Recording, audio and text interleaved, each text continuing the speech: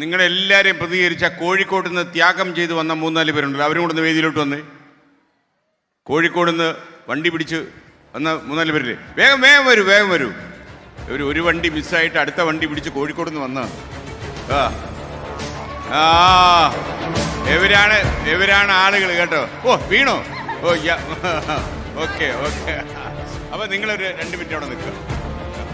Okay Jayasurya, നിങ്ങളുടെ എങ്ങനെയായിരുന്നു നിങ്ങളുടെ യാത്ര, അതൊന്ന് പറഞ്ഞ് മൈക്ക് അടുപ്പിച്ച് വെച്ചോളൂ. ഇത് ലൈവ് പോവാ, ഗ്യാപ്പിടരുത്. എൻ്റെ പേര് സബിത, രശ്മി ആൻഡ് ദിവ്യ. ഞാൻ ഇന്നലെയാണ് ആക്ച്വലി ഒരു പ്ലാൻ ഉണ്ടാക്കിയത്.